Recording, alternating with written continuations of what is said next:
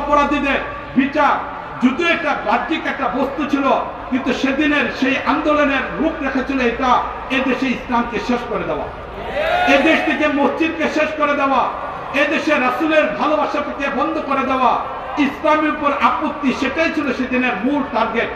কিন্তু মুআজ্জাজ হাজরিন, ওই সময়ের উপরে যখন উলামায়ে কেরাম, এদেশের ধর্মপ্রাণ মানুষ, তাওহীদি জনতা, বিশেষ করে আহমদ শফী রহমতুল্লাহ আলাইহি যখন খোলা চিঠি লিখলেন, পত্রিকাগুলিতে যখন চলে আসলো, তখন এরপরে একের পর এক সেই শাহবাগীদের চিন্তা চেতনা পরাজিত হয়ে এদেশের মানুষ ইসলামের উপরে চলে আসলো।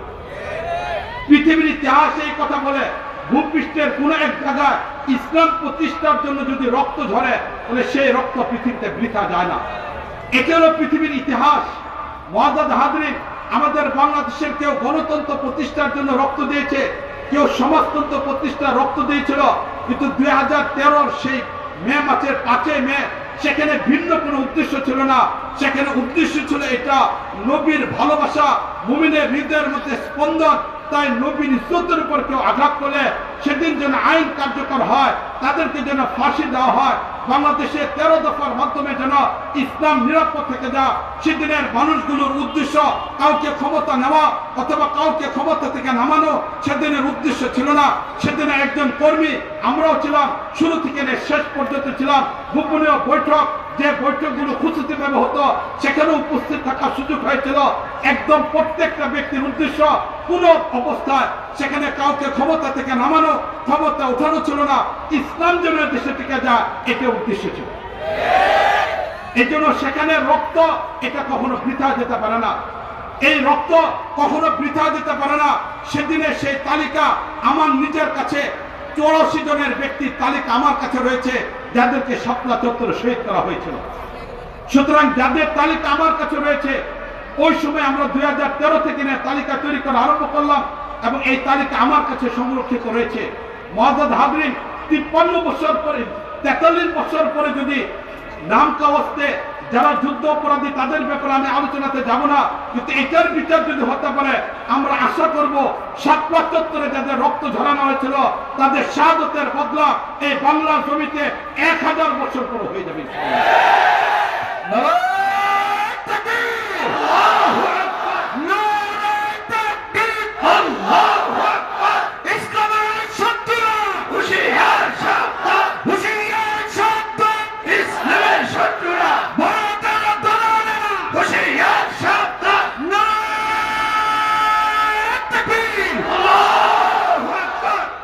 মুআজ্জাজ হাজরিন বলতেছিলাম এই কথা যে পৃথিবীর ইতিহাসে কোথাও রক্ত ঝরলে সে রক্ত বৃথা যায় না।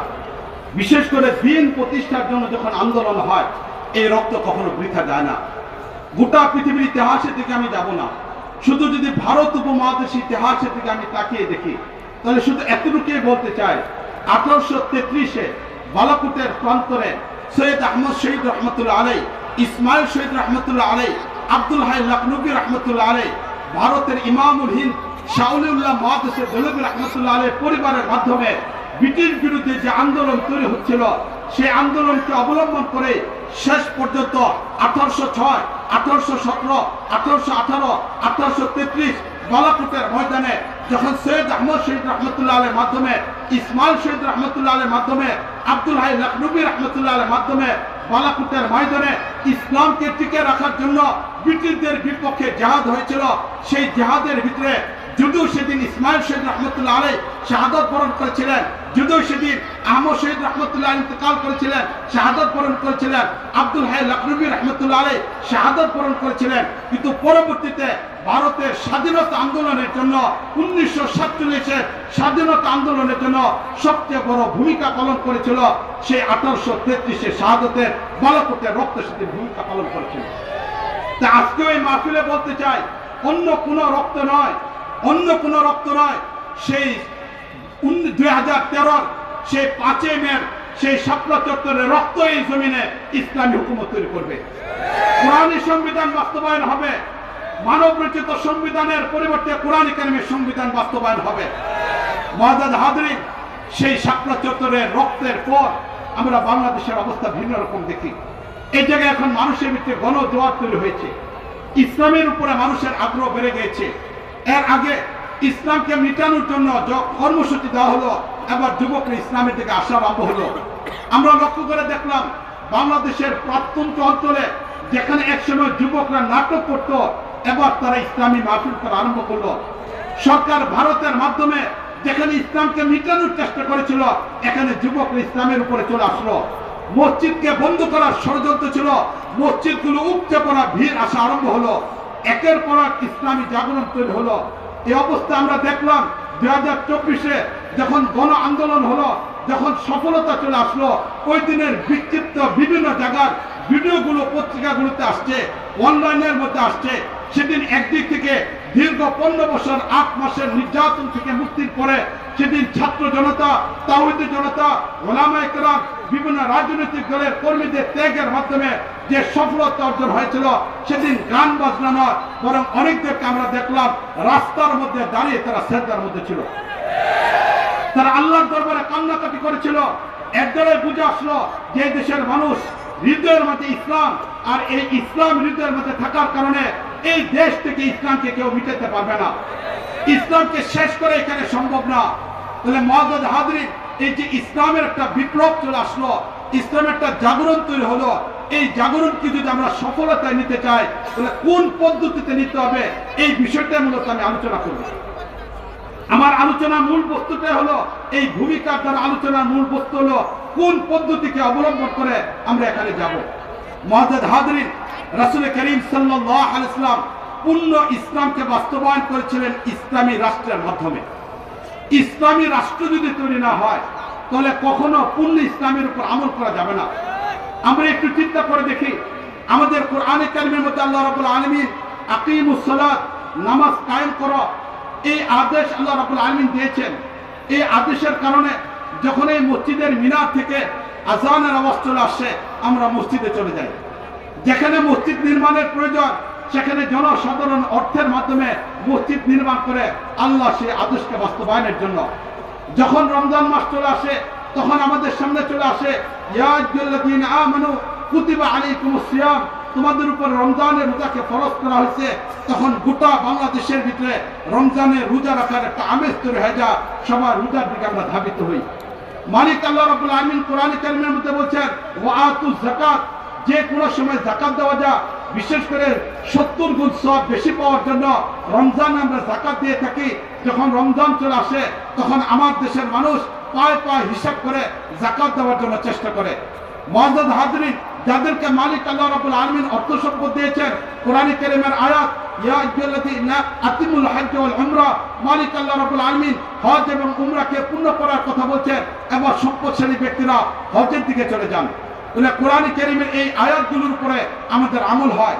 যে আয়াতের মধ্যে আল্লাহ রাব্বুল আলামিন, যে কোরআনের মধ্যে আল্লাহ রাব্বুল আলামিন নামাজের কথা বলেছেন, রোজার কথা বলেছেন, হজের কথা বলেছেন, যাকাতের কথা বলেছেন, এই কোরআনের মধ্যে আল্লাহ রাব্বুল আলামিন চুরি করলে হাত কাটা হবে, চুন্নি চুরি করলে হাত কাটা হবে, এই আদেশ কোরআনের মধ্যে আছে, ঠিক না বলেন? এটা এই কোরআনের মধ্যে আল্লাহ রাব্বুল আলামিন জিনাকারী পুরুষ, জিনাকারী নারী, তাদেরও শাস্তির বিধানটা আছে। আজকে আমাদের বাংলাদেশ 53 বছর হতে চলল, এখানে অনেকে আছেন যারা এখানে 53 বছর বয়স হয়ে গিয়েছে, কিন্তু আজ পর্যন্ত আমার বাংলাদেশে চুরি করলে হাত কাটা হবে এই আয়াতের উপর আমরা দেখতে পারিনি। জিনা করলে শাস্তি দেওয়া হবে এই আয়াতের উপর আলাপ আমরা দেখতে পারি নাই। জীবন চলে যাচ্ছে, এই দেশ থেকে আমরা এমন অবস্থায় রেখে যাচ্ছি যে আজও পর্যন্ত পূর্ণ ইসলামকে আমরা বাস্তবায়ন করতে পারি নাই। তাহলে এটা আমাদের জন্য অত্যন্ত ব্যর্থতার একটা বস্তু। 92% মুসলমানের দেশে আজও পর্যন্ত আমরা ইসলামী হুকুমতকে তৈরি করতে পারলাম না। অথচ মালিক আল্লাহ রাব্বুল আলামিন চুরের শাস্তির কথা বলেছেন, এরকম জিনাকারী শাস্তির কথা বলেছেন। এটার পাশাপাশি আল্লাহ রাব্বুল আলামিন বলছেন ইয়া আইয়ুহাল্লাযীনা আমানু দুখুলু ফিস-সিলমি কাফা, যে তুমি পরিপূর্ণভাবে ইসলামের উপর উঠে আসো। তাই ইসলামটাকে রাষ্ট্রীয়ভাবে বাস্তবায়ন না করার কারণে আমরা পূর্ণ ইসলামের উপর আসতে পারলাম না। এই কারণে ইসলাম যদি পরিপূর্ণ না হয় তাহলে অসম্পূর্ণ মুসলমান, আর এই অসম্পূর্ণ অবস্থায় দুনিয়া থেকে যাওয়া এটা কখনো আমাদের জন্য কল্যাণকর হতে পারে না, সফলতা আসতে পারে না। ইসলামের কিছু বিধান মানা আর কিছু বিধানকে না মানা এটা মুসলমানদের বৈশিষ্ট্য হতে পারে না। মুসলমানদের মূল বৈশিষ্ট্য হলো এটা মালিকের পক্ষ থেকে আদেশ চলে আসছে, মুসলমান তাৎক্ষণিকভাবে এটা আমল করবে। আল্লাহর পক্ষ থেকে আদেশ, মুসলমান মেনে নেবে। নবী বলছেন মুসলমানরা জীবন দিয়ে দিবে। এটা হলো মুসলমানদের বৈশিষ্ট্য। কিছু মানা আর কিছু না মানা এটা ইহুদিদের বৈশিষ্ট্য, যার ব্যাপারে মালিক আল্লাহ রাব্বুল আলামিন কোরআনে কারিমের মধ্যে ইরশাদ করেছেন, আফাতুমিনুনা বিবাদিল কিতাব ওয়া তাকফুরুনা বিবাদিন। কিছু মানো কিছু মানো না, এটা ইহুদিদের বৈশিষ্ট্য, এটা মুসলমানদের বৈশিষ্ট্য হতে পারে না। মসজিদে গেলে মুসলমান, বাইরে গেলে ব্যবসার মধ্যে মুসলমান না, এটা মুসলমানের পরিচয় হতে পারে না। কিছু অংশের মধ্যে ইসলাম মানবে, রাজনীতিতে ইসলাম থাকবে না, রাষ্ট্রে ইসলাম থাকবে না, পারিবারিক জীবনে ইসলাম থাকবে না, বিবাহ শাদীতে ইসলাম থাকবে না, স্কুলে যাওয়ার পর ইসলাম থাকবে না, চাকরিতে ইসলাম থাকবে না। এমন ধর্ম ইসলাম না। ইসলাম কিছু মানবো কিছু মানবো না, এমন ধর্ম না। ইসলাম হলো পরিপূর্ণভাবে মানতে হবে। এই জন্য ইসলাম এটা পরিপূর্ণ একটা ধর্ম। আজকে আমরা লক্ষ্য করে দেখলাম আমার বাংলাদেশে ইসলামী হুকুমত না থাকার কারণে এই জটিলতা তৈরি হয়েছে যে আজ আমরা আমাদের শিক্ষাকে ইসলামের আলোকে সাজাতে পারলাম না, রাজনীতিটা ইসলামের আলোকে সাজাতে পারলাম না, আমরা কোনোটা ইসলামের আলোকে সাজাতে পারলাম না। ঠিক না বলেন? অথচ রাসূল করিম সাল্লাল্লাহু আলাইহি ওয়াসাল্লাম মক্কা থেকে মদিনায় গেলেন। মদিনা যাওয়ার পরে নবী করিম সাল্লাল্লাহু আলাইহি ওয়াসাল্লাম নবুয়ত পেলেন 610 খ্রিস্টাব্দে। নবী নবুয়ত পেলেন 610 খ্রিস্টাব্দে। মক্কায় 13 বছর কাটালেন। এই হিসেবে 623 খ্রিস্টাব্দে নবী করিম সাল্লাল্লাহু আলাইহি ওয়াসাল্লাম মদিনায় চলে গেলেন। মদিনা যাওয়ার পরেই নবী করিম সাল্লাল্লাহু আলাইহি ওয়াসাল্লাম ইসলামী রাষ্ট্র ব্যবস্থা তৈরি করলেন। এই ইসলামী রাষ্ট্র ব্যবস্থা নবী ইসলাম তৈরি করলেন। এরপরে এই ইসলামী রাষ্ট্র ব্যবস্থার উপর ভিত্তি করে নবী করিম সাল্লাল্লাহু আলাইহি ওয়াসাল্লামের 10 বছর, খুলাফায়ে রাশিদিনদের 30 বছর, 40 বছর, উমাইয়াদের 93 বছর, আব্বাসীয়দের 578 বছর, এরপরে 52 বছর মৌলিক ইসলামী রাষ্ট্র ব্যবস্থা ছিল না।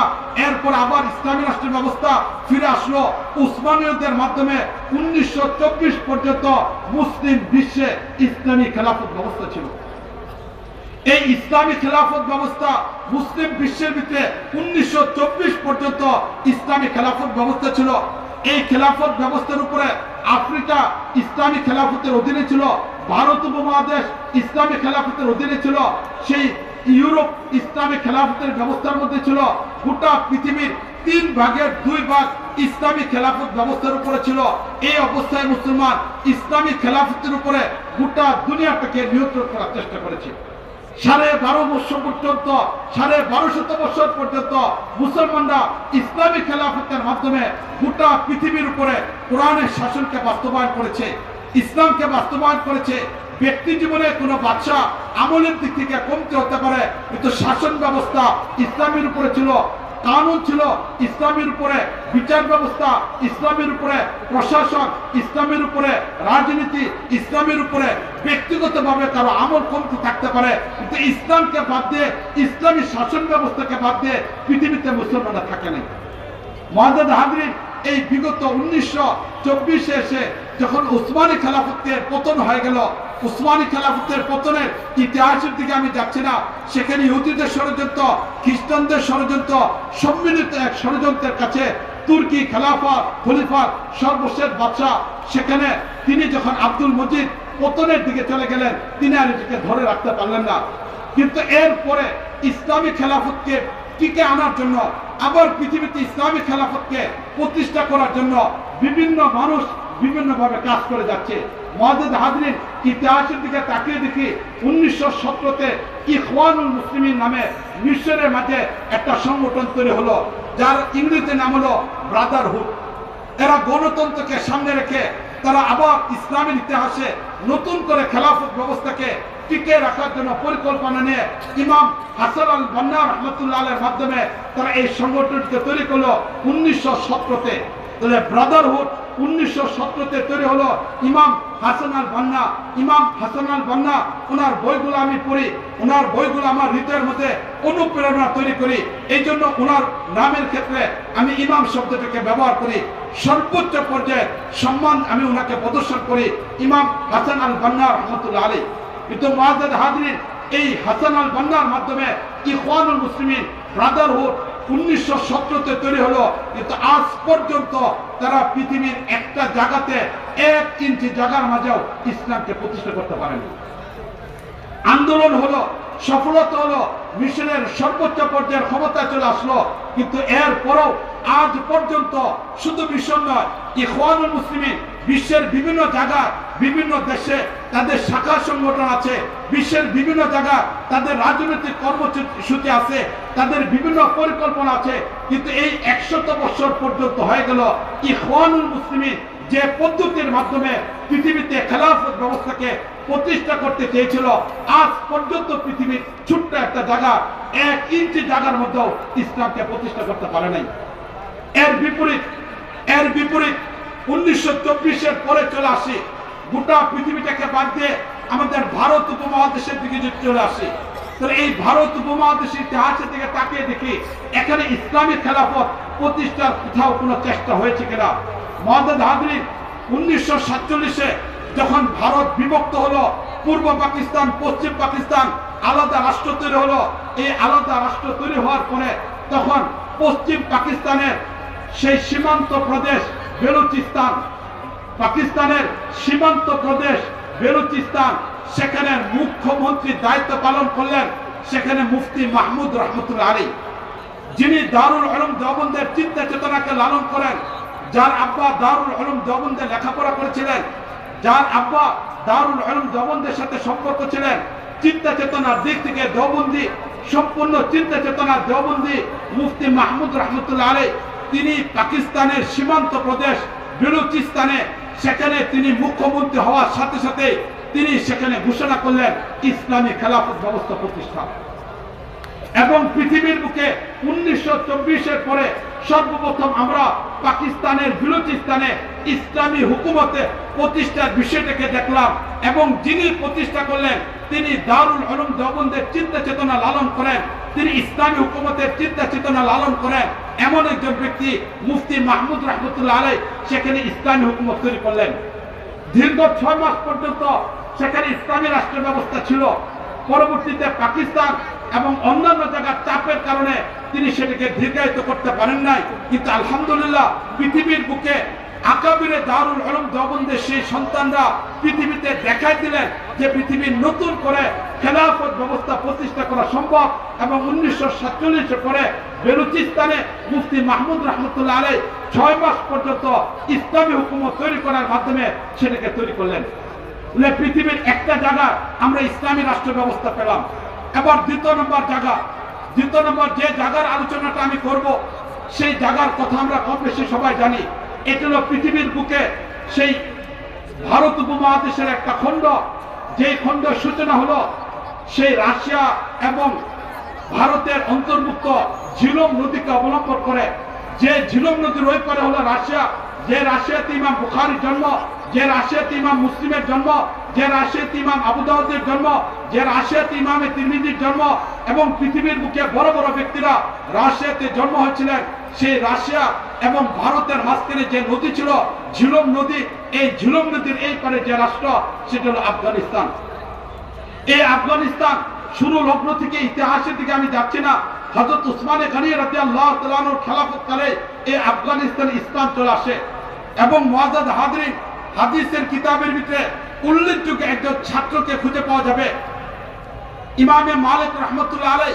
আমরা নাম শুনেছি ইমাম মালিক রহমতুল্লাহ আলাই, তার উস্তাদের নাম হলো নাফের উস্তাদের নাম হলো আব্দুল্লাহ ইবনে উমর, আব্দুল্লাহ ইবনে উমরের উস্তাদ হলেন রাসূল করিম সাল্লাল্লাহু আলাইহি ওয়াসাল্লাম।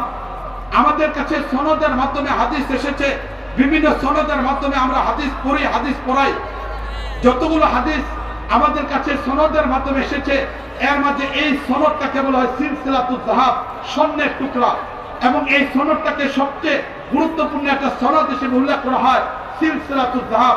রাসূল করিম সাল্লাল্লাহু আলাইহি ওয়াসাল্লাম, আব্দুল্লাহ ইবনে উমর, নাফে, ইমাম মালিক রাহমাতুল্লাহ আলাইহি, মুয়াত্তা মালিক নামে হাদিসের কিতাব, সেই হাদিসের প্রথম কিতাব ওয়াবিহি ক্বালা হাদাসানা ইয়াহইয়া, এই যে সনদ ইয়াহইয়া ইবনে ইয়াহইয়া আল উনদুলুসি, ওয়াবিহি ক্বালা হাদাসানা, এরকম মালিক, এই যে সনদ, এটাকে পৃথিবীর ইতিহাসে সবচেয়ে শ্রেষ্ঠ সনদ বলা হয়।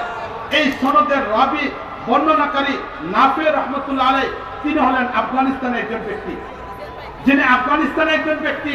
এবার চিন্তা করে দেখেন আফগানিস্তানের সাথে ইসলামের পরিচয় কতটুকু। সেই সাহাবায়ে কেরামের যুগের সাথে সম্পর্ক হল আফগানিস্তান ইসলামের সাথে পরিচয়। ইসলামের সাথে যখন আফগানিস্তানের পরিচয় হয়, পৃথিবীর এই একটা জায়গা যারা কোনোদিন পরাধীনতাকে মেনে নেয় নাই, আজ পর্যন্ত তাদের অঞ্চলে কোনোদিন ইসলামের বিপক্ষে পরাধীনতা তারা মেনে নেয় নাই। এই জায়গাতে বিভিন্ন ব্যক্তিরা এসেছিল, কিন্তু তারা এখানে চেঙ্গিস খান তার রাজত্ব বিস্তারের জন্য এসেছিল, পরাজিত অবস্থায় চলে গেল। চেঙ্গিস খানের নাতি হালুকা খান এখানে এসেছিল, সেখানে পরাজয় অবস্থায় চলে গেল। এমনকি জুলকারনাইনের ইতিহাস কোরআন কারীমের সূরা কাফের ভিতরে যার আলোচনা এসেছে, তিনিও নাকি এসেছিলেন এই আফগানিস্তানের ভিতরে, কিন্তু তিনিও সেখানে প্রতিষ্ঠা হতে পারে নাই। এই আফগানিস্তান এমন একটা জায়গা যেখানে ইসলাম আসার পরে এই অঞ্চলের মানুষগুলোর হৃদয়ে ইসলাম বদ্ধমূল হয়েছিল। আজও পর্যন্ত তারা ইসলামের চেতনায় থাকার কারণে কখনো পরাজিত হয় নাই। ব্রিটিশরাও সেখানে পরাজিত করতে পারে নাই। মুআজ্জাজ হাজরিন, যখন ভারতের অন্যান্য অঞ্চলগুলো সেখানে পরাজিত হয়ে গিয়েছিল, আফগানিস্তান পরাজিত হয় নাই।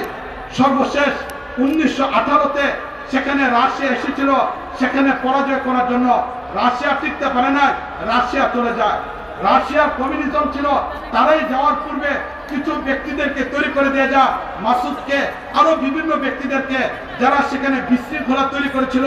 শেষ পর্যন্ত সেই দেওবন্দের একটা চিন্তা চেতনার মানুষ মোল্লা উমর রহমতুল্লাহ আলাইহ, যার শায়েখ ছিলেন আব্দুল হক হক্কানি রহমতুল্লাহ আলাইহ, যিনি ছাত্র ছিলেন কুতুবে আলম শেখুল ইসলাম মাদানী রহমতুল্লাহ আলাইহ, যে মাদানীর সাথে আমাদের সম্পর্ক, সেই মাদানী রহমতুল্লাহ আলাইহ ছাত্র ছিলেন আব্দুল হক হক্কানি রহমতুল্লাহ আলাইহ, উনার ছাত্র ছিলেন মোল্লা উমর রহমতুল্লাহ আলাইহ। উনি একজন মাদ্রাসার মানুষ ছিলেন, রাশিয়ার বিপক্ষে যুদ্ধের মধ্যে লিপ্ত ছিলেন, একটা চোখ অন্ধ হয়ে গিয়েছিল। উনি যখন ছাত্রদেরকে পড়াচ্ছিলেন, এমত অবস্থায় এলাকার মাঝে চাঁদাবাজি শুরু হয়ে গেল, এলাকার মধ্যে বিশৃঙ্খলা তৈরি হলো। ছাত্রদেরকে উঠাই গিয়ে তিনি প্রতিরোধ করলেন। এর মাধ্যমে একে একে 1996 থেকে নিয়ে 2000 পর্যন্ত মোল্লা উমরের মাধ্যমে তালেবানদের শাসন ব্যবস্থা তৈরি হলো। এই তালেবানদের শাসন ব্যবস্থা তৈরি হওয়ার পরে তৎকালীন যুগের বিশ্বের মানুষগুলো এটাকে মেনে নিতে পারে নাই। ইসরায়েল মেনে নিতে পারে নাই, ইহুদিরা মেনে নিতে পারে নাই, খ্রিস্টানরা মেনে নিতে পারে নাই। বিশ্বের 28টা রাষ্ট্র নাটু বাহিনী তৈরি করে সুপার পাওয়ারের মাধ্যমে 2001 থেকে নিয়ে 2021 পর্যন্ত দীর্ঘ 20 বছর পর্যন্ত এই আফগানিস্তানের মোল্লাদেরকে দুনিয়া থেকে শেষ করে দেওয়ার জন্য তারা চেষ্টা করলো। এই চেষ্টা কি পরিমাণ রক্তপাত তারা করলো চিন্তা করে তাকিয়ে দেখেন। এই মানুষগুলোর গা থেকে শুধু রক্তই ঝরল না, 20 লক্ষের উপরে মানুষকে তারা শহীদ করে দিল, কত নারীকে তারা বিধবা করে ফেললো, কত সন্তানকে তারা এতিম করলো। কিন্তু 2021 এসে তারা এই শেষ পর্যন্ত আফগানিস্তান থেকে চলে গেল। এই আফগানিস্তান থেকে চলে যাওয়ার পরে এবার সেখানে ইমারতে ইসলামী আবার প্রতিষ্ঠা হলো। 1924-এর পরে দ্বিতীয় পৃথিবীর আরেকটা জায়গা, যে জায়গাতে আমরা দেখতে পেলাম ইমারতে ইসলামিয়া তৈরি হলো। যাদের মাধ্যমে ইমারতে ইসলামিয়া তৈরি হলো তাদের চিত্রটা একটু সামনে নিয়ে আসি। একদিক থেকে মুফতি মাহমুদ রহমতুল্লাহ আলাইহ, যার নামের আগ দিয়ে মুফতি, যিনি চিন্তা চেতনার দিক থেকে দারুল উলুম দেওবন্দের চিন্তাকে লালন করেন, পূর্ণ ইসলামের পক্ষে তিনি সেখানে সীমান্ত প্রদেশে বিলুচিস্তানে ইসলামী হুকুমত তৈরি করলেন। দ্বিতীয় নম্বর আফগানিস্তান, সেখানে ইসলামী হুকুমত তৈরি হলো। মুআজ্জাজ হাজরিন, এই চলতি মাসে আজকে 18 তারিখ, এই চলতি আজকে 18 তারিখ, এই চলতি মাসের 17 তারিখ, এই চলতি মাসের 8 তারিখের ইতিহাসের দিকে তাকিয়ে দেখি সিরিয়া সেখানে আবার নতুন করে একটা ইসলামী জাগরণ তৈরি হলো। যে সিরিয়াতে নতুন করে ইসলামের জাগরণ হলো, নবী করিম সাল্লাল্লাহু আলাইহি ওয়াসাল্লাম তার হাদিসের ভিতরে সিরিয়ার ব্যাপারে বরকতের দোয়া করেছিলেন। সিরিয়া হলো পৃথিবীর ওই জায়গা যে জায়গাকে নবী করিম সাল্লাল্লাহু আলাইহি ওয়াসাল্লাম নিজের জায়গা বলে ঘোষণা করেছিলেন। নবী তার দোয়ার মধ্যে এই কথা বলেছিলেন, আল্লাহুম্মা বারিক লানা ফি শামিনা ও ফি ইয়ামিনিনা, ইয়া আল্লাহ আমাদের ইয়ামান, আমাদের শামে এটিকে বিজয় দান করো।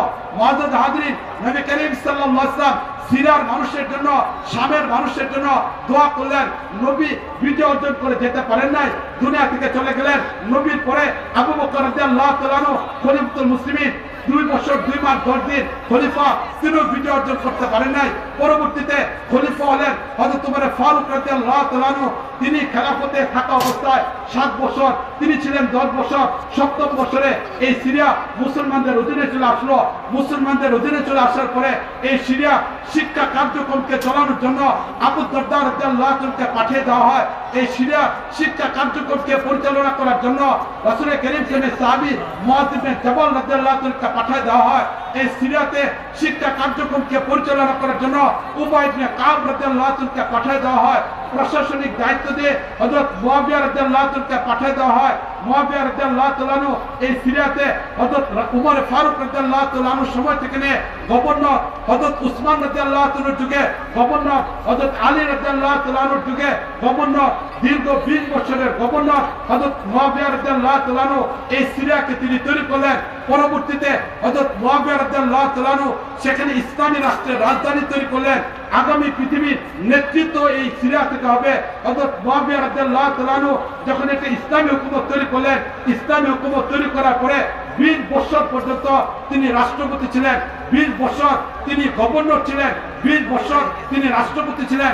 দীর্ঘ 40 বছর পর্যন্ত এই সিরিয়াকে অবলম্বন করে হযরত মুআবিয়া রাদিয়াল্লাহু তাআলা সেখানে ইসলামী রাষ্ট্র প্রতিষ্ঠা করলেন। যে ইসলামী রাষ্ট্র পরবর্তীতে 93 বছর পর্যন্ত গোটা পৃথিবীর উপরে নেতৃত্ব দিল। মুআজ্জাজ হাজরিন, এই ছিল সিরিয়া, যে সিরিয়া পৃথিবীর ইতিহাসে এত বড় একটা রাষ্ট্র।